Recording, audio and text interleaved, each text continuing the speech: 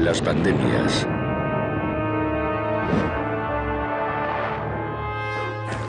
Desde la peste negra del siglo XIV y la gripe española de 1918 hasta la epidemia del SARS del siglo XXI.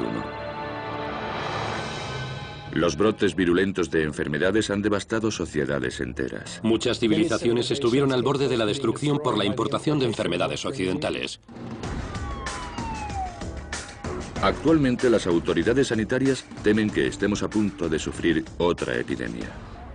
No sabemos cuándo tendrá lugar. Podría ser una pandemia de gripe, podría ser otra cosa. Pero un científico cree que la causa podría originarse en el espacio exterior. No hay ninguna duda de que en algún momento del futuro habrá alguna pandemia provocada por un cometa. Y puede que no tengamos ninguna defensa contra estas enfermedades extraterrestres. Probablemente sería el panorama más terrible que cabría esperar. El resultado podría ser catastrófico. Sería una tragedia de proporciones inimaginables. Epidemia alienígena en Megadesastres. Megadesastres. Epidemia alienígena.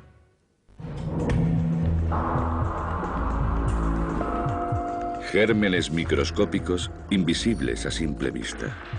A lo largo de la historia, estos misteriosos invasores han causado estragos en la humanidad con devastadores brotes epidémicos. Las mentes científicas más capaces han buscado siempre el origen de estas epidemias. Ahora, un respetado astrobiólogo sugiere que algunas de las peores pandemias podrían haber venido del espacio exterior. Creo que todas las enfermedades epidémicas nuevas han tenido su origen en el espacio en algún momento dado. Si esta polémica teoría es correcta, podría contribuir a resolver el misterio de los orígenes de algunas de las epidemias más mortíferas de la historia. Durante miles de años, nadie supo cuáles eran las causas de las enfermedades ni su modo de propagación. Entonces, a mediados del siglo XIX, se descubrió que algunas enfermedades las causaban unos microbios llamados bacterias. 50 años después, los científicos descubrieron agentes patógenos incluso más pequeños, llamados virus. Hasta la década de 1920, 30 y 40, no contamos con aparatos como el microscopio electrónico para poder estudiar los diminutos virus, visualizarlos y conocerlos un poco mejor. A pesar de que el origen de algunas de las enfermedades sigue siendo un misterio, la ciencia ha podido responder a muchas de las preguntas acerca de la transmisión de los gérmenes. Tradicionalmente, las enfermedades solían propagarlas los viajeros. Desde el momento en que la gente viaja, también viaja con ella los gérmenes. Durante miles de años, las barreras geográficas como los océanos, los desiertos y las montañas proporcionaron cierta protección. Pero estas defensas naturales se rompieron cuando los avances tecnológicos permitieron al hombre viajar por todo el planeta. En 1492, Cristóbal Colón se convirtió en uno de los primeros en romper esta barrera al zarpar de España con rumbo a lo que ahora llamamos las Bahamas. Cuando Colón regresó a Europa, su rey y su reina celebraron su triunfo. Lo que nadie sabía entonces es que él y su tripulación habían traído consigo un microbio letal. La bacteria que trajeron era la sífilis, una infección que se transmite por contacto sexual, ataca el sistema nervioso y destruye el cerebro. La sífilis devastó Europa durante los 5 siglos siguientes. Invariablemente, los gérmenes resultan más virulentos cuando se introducen por primera vez en una población nueva. Los expertos en enfermedades infecciosas llaman a este fenómeno ingenuidad viral. Estas comunidades en concreto no han estado nunca en contacto con esa bacteria o virus. Por lo tanto, tuvieron una respuesta inmunológica mucho mayor. Y fue mucho más devastador que si hubieran tenido algún anticuerpo o alguna defensa inmunológica contra esos gérmenes. En muchos casos, una vez que una persona ha padecido la enfermedad y sobrevivido, no volverá a infectarse de nuevo. El sistema inmunológico humano recuerda a los invasores foráneos que intentan atacarlo, y a veces su respuesta inmune es brillante. En 1519, los conquistadores llevaron a México una enfermedad contagiosa llamada viruela. Contagiosa porque literalmente se transmitía por el tacto. De manera que la viruela es una enfermedad contagiosa porque si tienes una llaga y tocas a alguien con esa herida, hay muchas probabilidades de que esa persona contraiga la enfermedad. La viruela, más que las espadas españolas, fue lo que devastó a la población indígena. 200 años más tarde, el capitán James Cook cruzó el Pacífico Sur dejando una estela de muerte a su paso. Eran personas que habían vivido toda su vida en islas y que habían estado aisladas del mundo exterior. Muchas de estas civilizaciones estuvieron a punto de extinguirse por la importación de enfermedades occidentales. En el siglo XIX, los estadounidenses que vivían en ciudades portuarias temían a las oleadas de inmigrantes que llegaban hasta ellos. Los barcos procedentes del este de Europa a menudo llegaban con muchos de sus pasajeros muertos. Los inmigrantes judíos europeos eran individuos socialmente indeseables, así como los italianos del sur, los chinos y los inmigrantes de los Balcanes y muchos otros.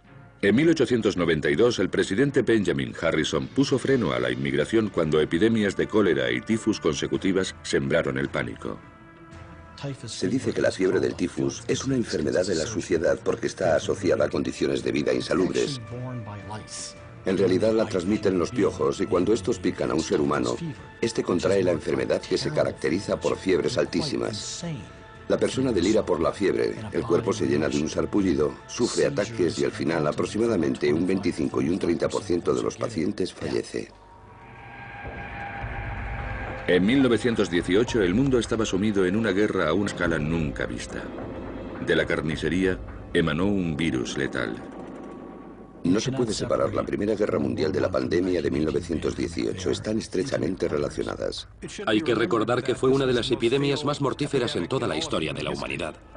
Esta epidemia de gripe de 1918 recibió el nombre de gripe española porque se creía que se había originado en España. Pero ni siquiera hoy en día se conoce su origen con certeza. En una época anterior a los viajes en avión, apareció casi simultáneamente en todo el mundo. Ahora sabemos que esta pandemia global pudo haber aniquilado hasta 100 millones de personas. El curso de la enfermedad, según los testigos, era espantoso. Los pulmones de la víctima sufrían hemorragias y se encharcaban de sangre. En muchos casos, la muerte sobrevenía en cuestión de horas. Las autoridades se vieron pronto obligadas a poner en cuarentena a las víctimas.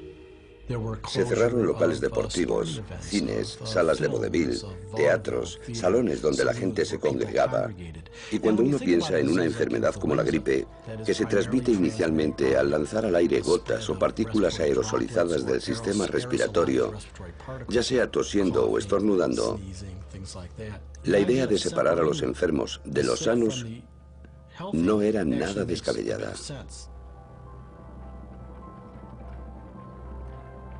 Murieron tantos norteamericanos que los cuerpos se apilaban en las calles como haces de leña. En algunas ciudades se enterraron a los muertos en fosas comunes. Pero nadie supo qué había causado la epidemia. En la actualidad, muchos expertos temen otra pandemia mundial. Algunos incluso sugieren que el próximo azote de la humanidad podría venir del espacio exterior.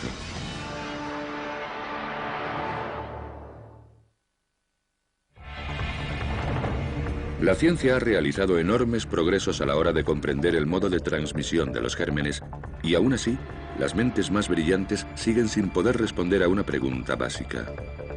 ¿Dónde se originan las enfermedades?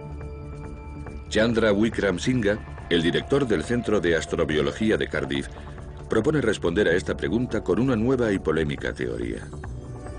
Según él, algunas de las pandemias más mortíferas de la humanidad proceden no de la Tierra, sino del espacio exterior. Chandra comenzó a investigar esto hace más de 3 décadas, junto al desaparecido astrónomo Sir Fred Hoyle. Ambos científicos investigaron la posibilidad de que la vida no estuviera confinada solo a la Tierra. La vida es ciertamente un fenómeno totalmente cósmico. No es una cosa ligada solo a la Tierra, sino que formamos parte de una cadena de seres conectados que va desde los cometas a las partes más remotas de nuestro universo. Esta teoría se conoce con el nombre de panspermia. Es la hipótesis de que la vida terrestre se originó en algún otro lugar del universo. El cosmos tiene que estar lleno de una enorme variedad de tipos de microorganismos. Nosotros entramos en contacto y, de hecho, evolucionamos de un subgrupo de estos microorganismos. Tenemos que concluir que nuestros antepasados genéticos siguen prevaleciendo, diseminados por las estrellas. Chandra cree que las semillas de la vida llegaron a la Tierra a bordo de los cometas hace 4.000 millones de años. Sabemos que este fue un periodo de intenso bombardeo cometario. Tanto la Tierra como la Luna estaban recibiendo los impactos de los cometas y creo que es bastante extraordinario que los indicios más antiguos de vida sobre la Tierra coincidan con esta época de intensos bombardeos, lo cual sugiere totalmente que los cometas trajeron la primera vida a la Tierra.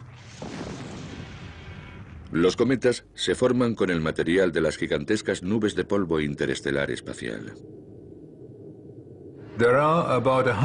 Existen aproximadamente 100.000 millones de objetos de ese tipo, cuyas dimensiones rondan los 10 kilómetros de diámetro, alrededor de todo el sistema planetario, de todo el sistema solar, a una distancia de aproximadamente un tercio de un año luz. En 2006, la misión Stardust de la NASA recogió polvo de cometa, lo que llevó a los astrobiólogos a estar un paso más cerca de conocer la composición de estos cuerpos. El polvo de los cometas contiene carbono, hidrógeno, oxígeno, nitrógeno, es decir, los componentes básicos de la vida. Muy pocos en la comunidad científica esperaban encontrar en los cometas material orgánico de ningún tipo. Esta idea preconcebida influyó en el tipo de experimentos que se realizaron en la misión Stardust. Cuando se planeó la misión Stardust, nadie se planteó buscar indicios de vida, seres microscópicos, formas de vida en el polvo cometario. De manera que el método de recogida de partículas del Stardust descarta esencialmente la supervivencia de cualquier partícula viva. En 2001, Chandra, en colaboración con la Organización India de Investigación Espacial, lanzó un globo a la estratosfera superior a 45 kilómetros de altitud para recoger muestras de polvo de cometa. Encontramos pruebas de células bacterianas, grupos de bacterias, de hecho. Así que teníamos pruebas de que las partículas de la estratosfera superior, que según nosotros procedían de los cometas, contenían formas de vida. Para Chandra, esto supuso la confirmación de la teoría de la panspermia y las bases para una nueva explicación sobre el origen de algunas enfermedades. Una vez que se acepta que la vida no se originó aquí, en la Tierra, sino que vino de los cometas, entonces se debe tener muy en cuenta la posibilidad de que incluso las enfermedades y las epidemias puedan haber sido causadas por la introducción de microorganismos cometarios. Chandra cree que algunos virus podrían sobrevivir incluso en las duras condiciones del espacio. La idea de que organismos patógenos procedan del espacio podría explicar el extraño comportamiento de algunas epidemias históricas,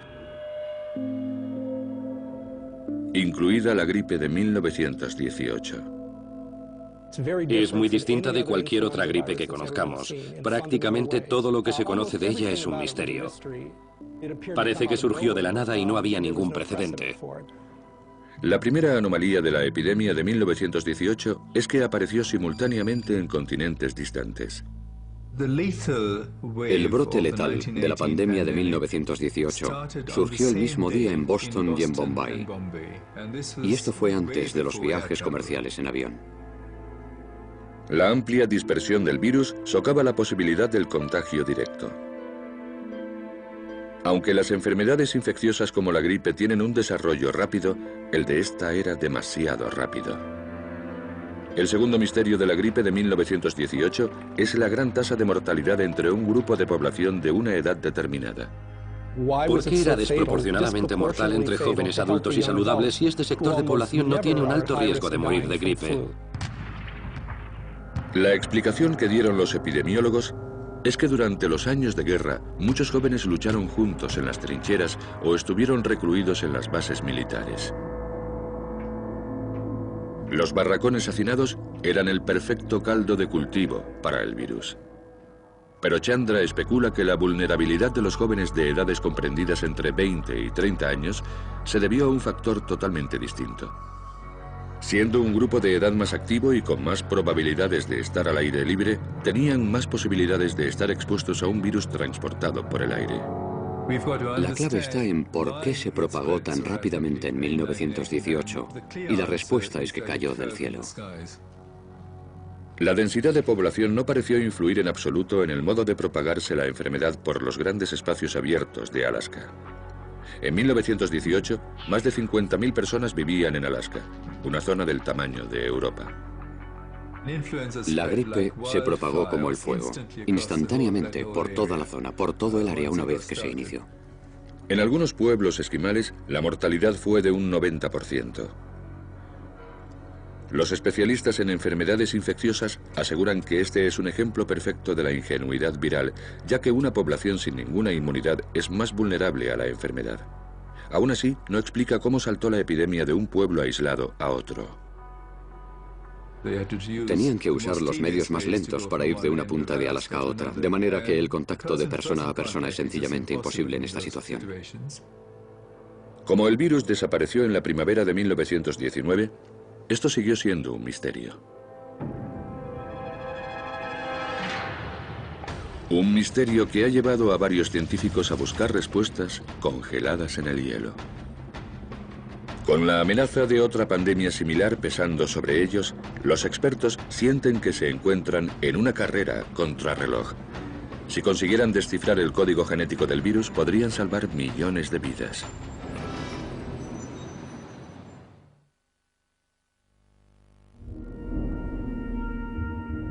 ¿Pudo la epidemia de gripe de 1918 haberse originado en el espacio exterior? La gripe de 1918 fue totalmente distinta a cualquier otra gripe anterior. Como una plaga bíblica, hizo estragos en todo el mundo. En Estados Unidos, la gripe apareció en septiembre, y en menos de 3 meses, 500.000 de norteamericanos yacían muertos. Los médicos estaban desesperados por saber de dónde había venido y cómo se transmitía.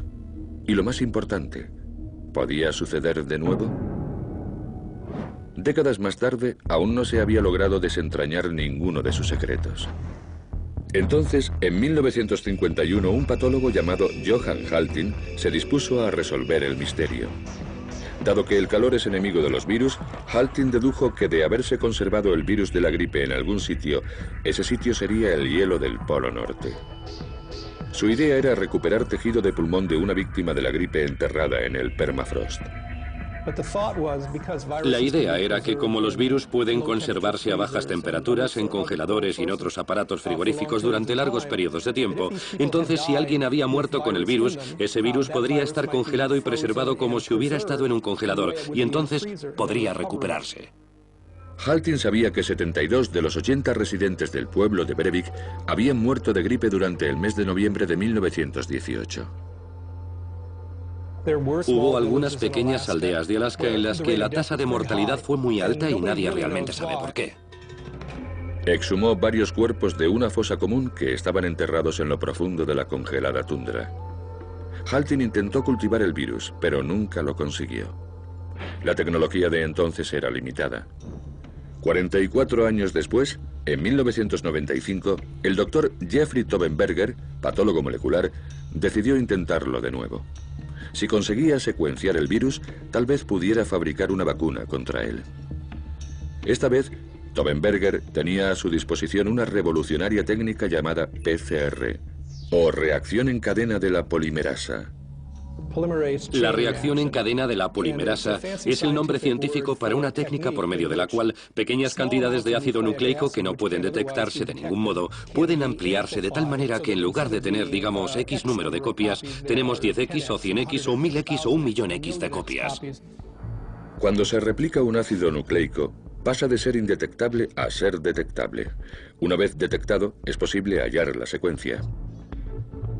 Con la PCR, Tobenberger analizó el tejido pulmonar preservado en formalina y almacenado en el depósito de tejidos del Instituto de Patología de las Fuerzas Armadas. Los genes fragmentados del virus eran tan frágiles que tardaron 10 años en secuenciar su ARN. Tobenberger pudo confirmar que el virus de la gripe de 1918 tenía su origen en las aves. No es una sorpresa, porque nunca hemos visto un virus de la gripe humana que no proceda en última instancia de las aves. Pero el misterio aumentaba. No se parecía a ningún virus aviar conocido. La gripe de 1918 parece que provocó lo que los médicos llaman una tormenta de citocinas. Lo que pasó, por lo visto, con estos hombres y mujeres jóvenes es que su sistema inmunológico se puso a trabajar a toda marcha e inundó los pulmones con fluidos, sustancias químicas, quimiotoxinas, macrófagos, componentes varios del sistema inmunológico, es decir, se excedió en su trabajo. De hecho, causó más daños quizás que el virus mismo. Igual de alarmante es el hecho de que una vez que el virus traspasó la barrera de las especies, mutó, facilitando el contagio entre personas. Esta característica es la que más preocupa a los epidemiólogos. Si un virus u otro virus de la gripe aprendiera esa clase de truco y se produjera una pandemia de un virus altamente mortífero, probablemente sería el panorama más terrible que cabría esperar. Nadie sabe lo peligrosa que será la siguiente cepa de gripe. Pero un científico cree que la próxima pandemia merodea ya en el material congelado del espacio. De la misma manera que el virus de la gripe de 1918 se conservó en el hielo de la tundra de Alaska, también podrían haberse preservado los virus alienígenas en el hielo de los cometas. Una vez ultracongelados en una pequeña partícula de hielo o de cualquier otro tipo de material, podrían durar eternamente. Chandra cree que la llegada a la Tierra de los gérmenes de los cometas seguirá una pauta. Creo que lo que posiblemente ocurra es que un cometa deposite en la estratosfera un microorganismo patógeno y que ese virus desencadene la próxima pandemia.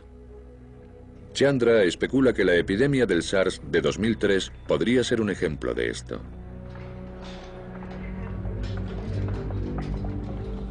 Ahora se sabe que el SARS fue causado por un virus que suele atacar las vías respiratorias o el tracto intestinal de los mamíferos o las aves y que se identificó primero en China.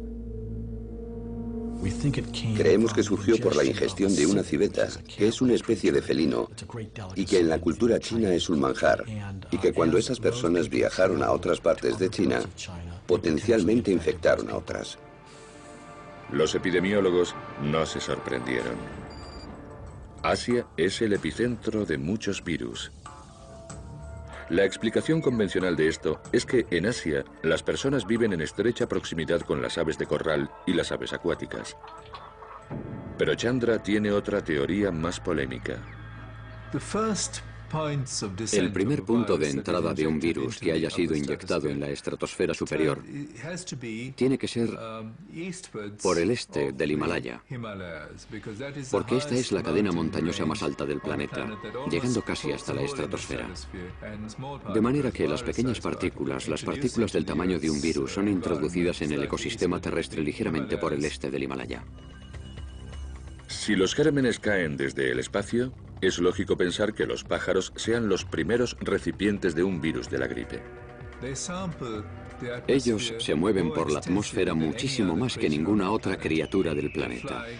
Vuelan miles y miles de kilómetros por el aire e inhalan y exhalan el virus. Pero la mayoría de los astrobiólogos insisten en que esto es una teoría no demostrada. No existen pruebas directas de que el polvo de los cometas haya sido responsable de las epidemias de la Tierra.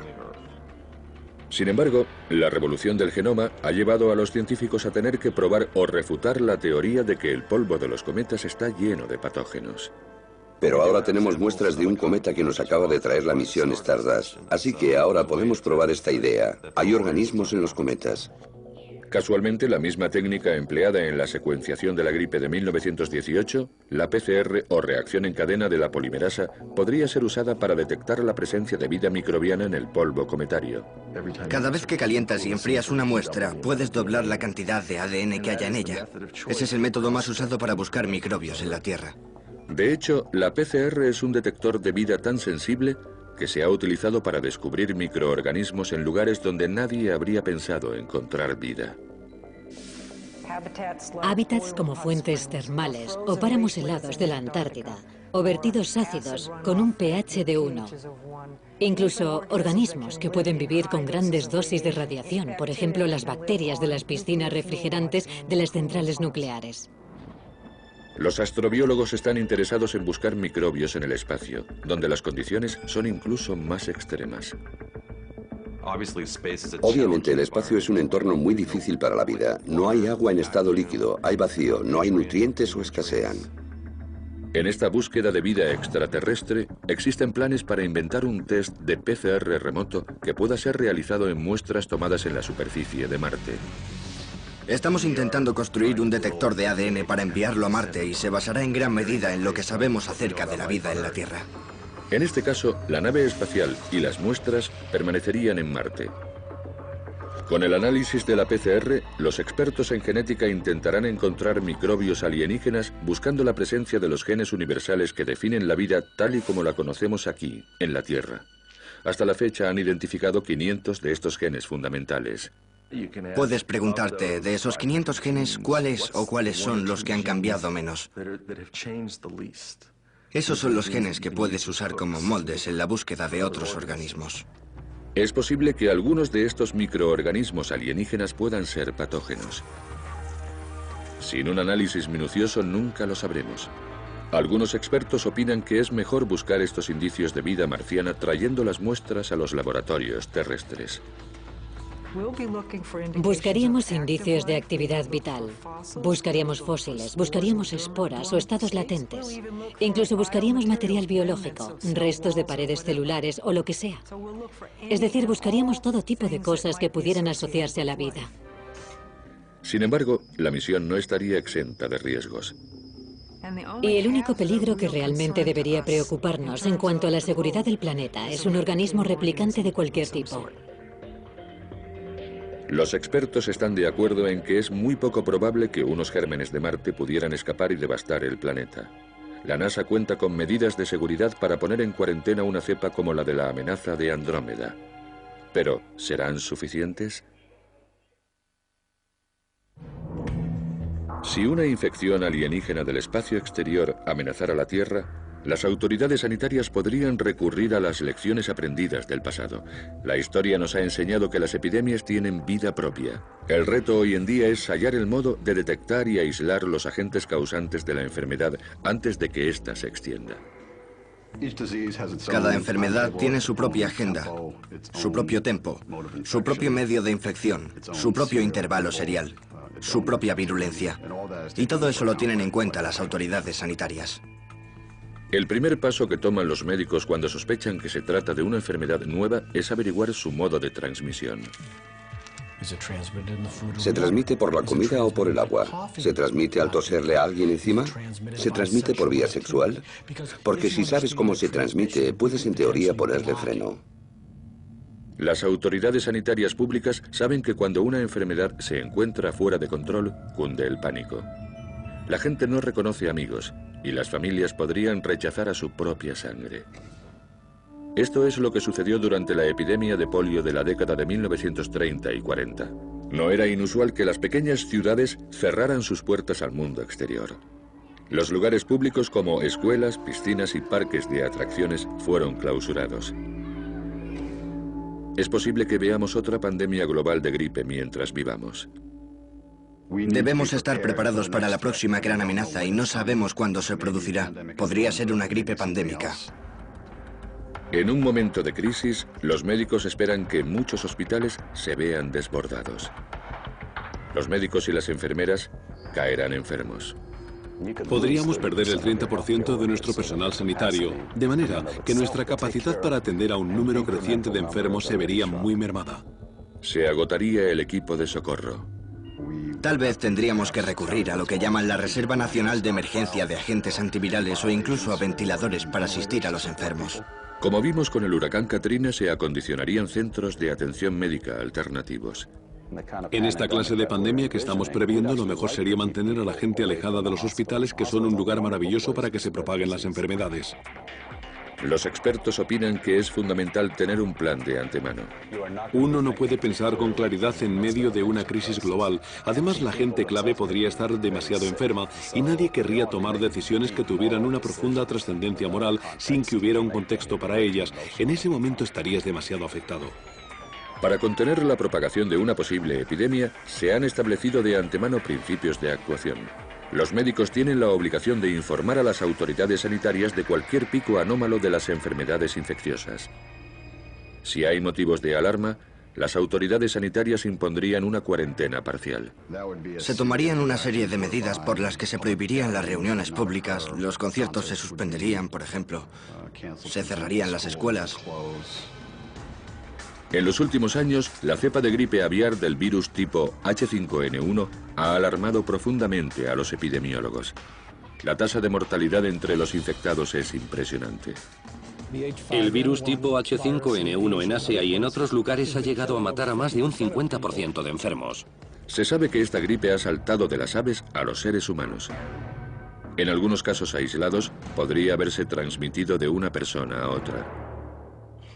Si esta posibilidad aumenta nuestra ansiedad, ¿qué decir de una infección alienígena que haya traído una nave espacial de regreso a la Tierra?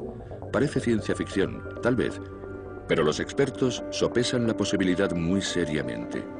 La noción de que es peligroso trasladar material de un planeta a otro ha sido motivo de preocupación para muchos científicos implicados en la exploración espacial.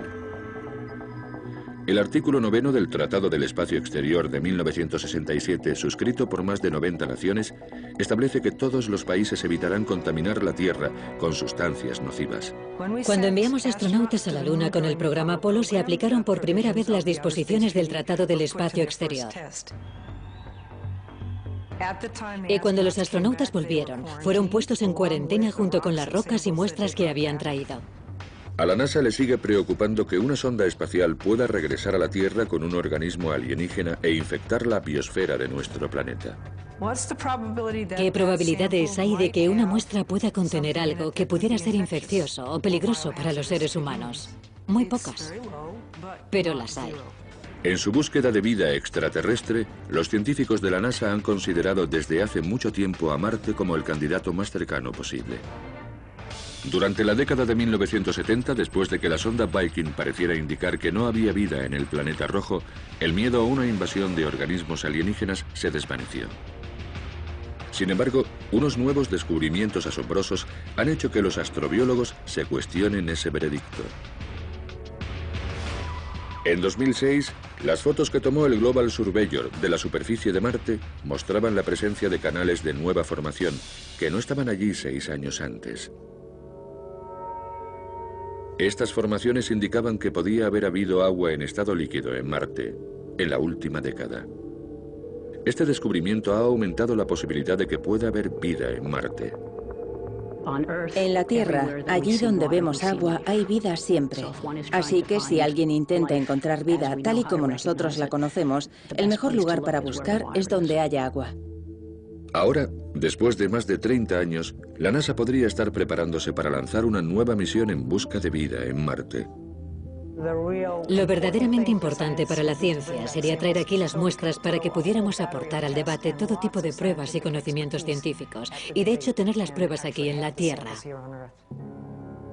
En este caso, se enviará una nave a Marte para recoger muestras de suelo. ¿Cómo recogerá la nave estas muestras? ¿Qué dispositivos se usarán para que las muestras estén totalmente selladas y puedan viajar a la Tierra sin riesgo de que su contenido pueda salir al exterior? Todo eso es algo que hay que estudiar.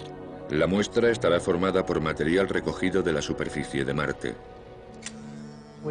Puede que quepa en una taza de café y que contenga algún gas o gases que se hayan recogido al mismo tiempo. Polvo, tierra, también guijarros, piedrecitas que hayan salido en la perforación. Este recipiente podría contener la primera prueba de vida extraterrestre, una posibilidad que nos pone en guardia. Algunos temen que pudiera contener microbios tan peligrosos para la población humana como los que causaron la gripe de 1918. Si mueves organismos de un lado a otro, más allá de su zona de dispersión natural, podrías tener resultados imprevistos cuando las nuevas poblaciones entren en contacto con ellos. La política de la NASA es tratar cualquier muestra como si fuera peligrosa hasta que se demuestre lo contrario. En el supuesto de que una muestra de Marte fuera traída a la Tierra, la NASA ha previsto casi todo lo que podría salir mal. La navegación espacial es una empresa arriesgada y probablemente el mayor peligro sería que la sonda se estrellara y la muestra quedara expuesta al medio. Podemos ver cómo se acerca la cápsula 200. La posibilidad de un accidente es muy real, como lo demuestra el choque de la cápsula Génesis en 2004. Los ingenieros de la NASA han creado salvaguardas para este supuesto, construyendo una nave cuyo diseño soporte un mal aterrizaje. Incluso aunque la cápsula se estrelle, el recipiente que contiene la muestra de Marte permanecerá intacto. Recogerán la cápsula en ese momento y la transportarán a un módulo de cuarentena y luego a un laboratorio. Serán unas instalaciones con bioseguridad de nivel 4. El nivel 4 de bioseguridad es el nivel máximo que se usa en el Centro de Control de Enfermedades y en otros centros donde se manipulan los organismos más virulentos de la Tierra. No porque creamos que vaya a haber un organismo virulento en la muestra, sino porque no lo sabemos. Y con esa falta de certeza, preferimos adoptar una ruta conservadora, lo cual significa tratar la muestra con las máximas precauciones hasta que se sepa más. Estamos en un momento que, al igual que Colón, tenemos la tecnología. Estamos buscando un nuevo mundo, un mundo fuera de nuestro planeta, y tenemos montones de ideas, pero respaldadas por la ciencia. Y la idea de que pueda existir vida en el universo adquiere una dimensión totalmente nueva. La NASA ha tomado precauciones para prevenir que organismos alienígenas puedan llegar a la Tierra a bordo de una sonda espacial. Pero, ¿y si la infección alienígena llegara a la Tierra por otra vía?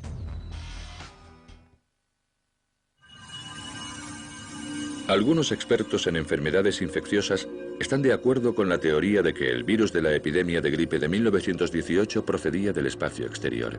Si eso es cierto, podría suceder de nuevo.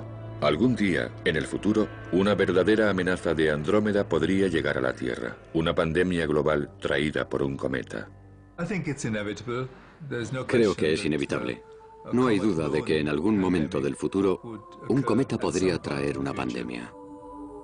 El cometa pasa como una centella a unos 14 millones de kilómetros de la Tierra, depositando polvo en nuestra atmósfera exterior.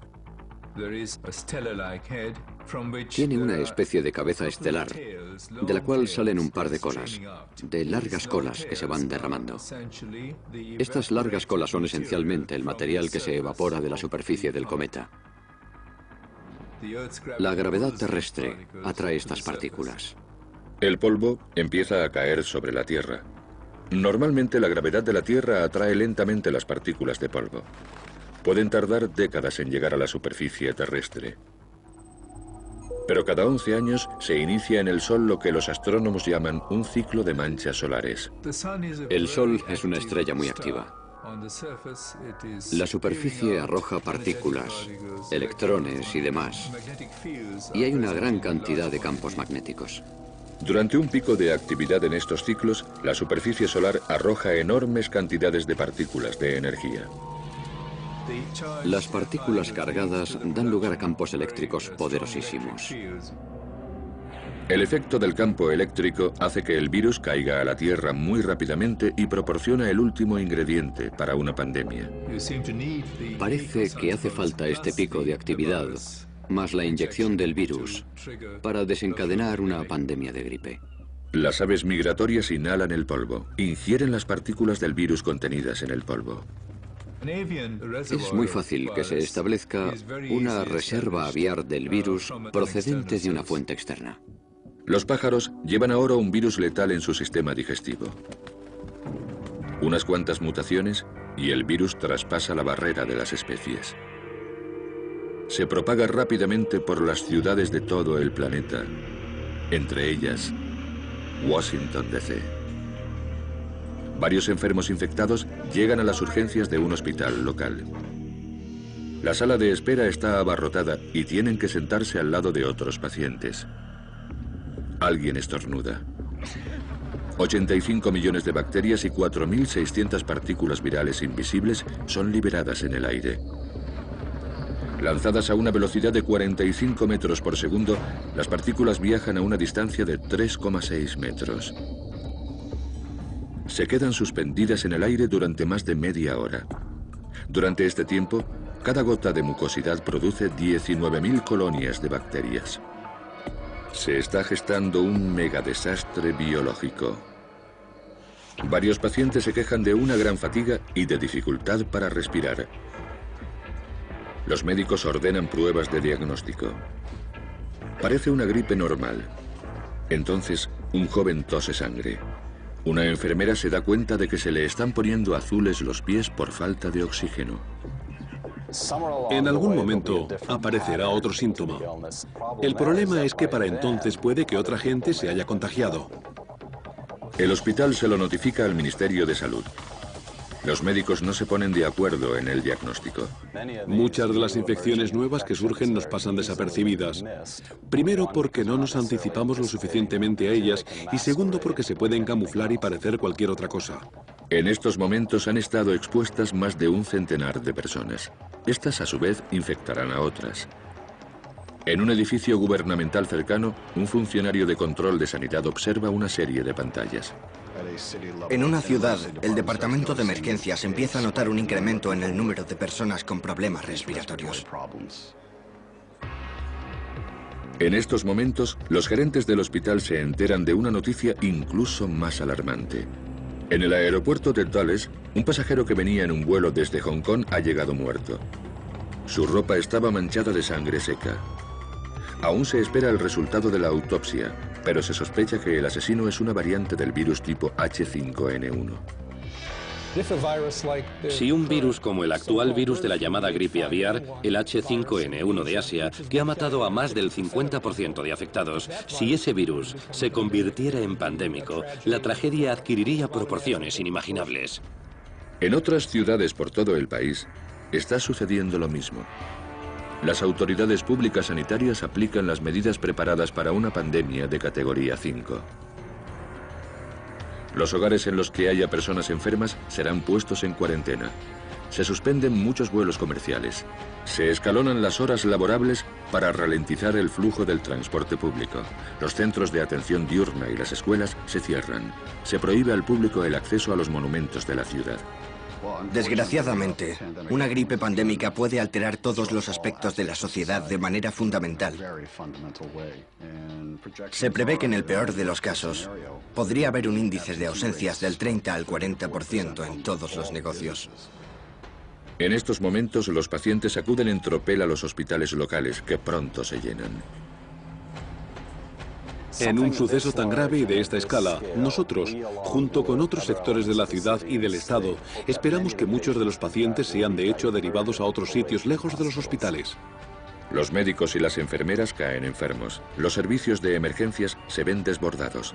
En resumidas cuentas, con una epidemia de estas proporciones nos quedaremos sin respiradores, no solo en esta región, en todo el país.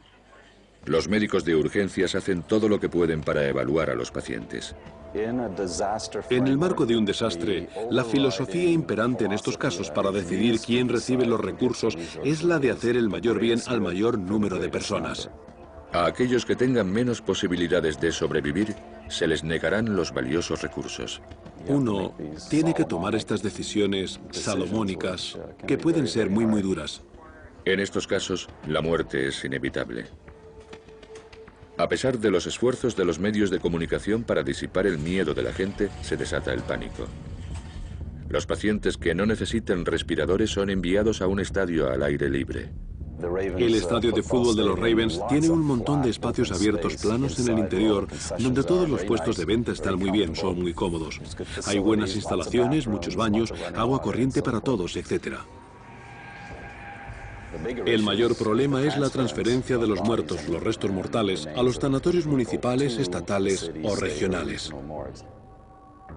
Los cuerpos se acumulan tan rápido que los tanatorios se llenan por completo. En los cementerios locales se multiplica el número de tumbas nuevas, pero no al ritmo que crece el número de víctimas. 3 semanas después de estallar la epidemia, Washington D.C. es una ciudad fantasma. Y Washington no es la única.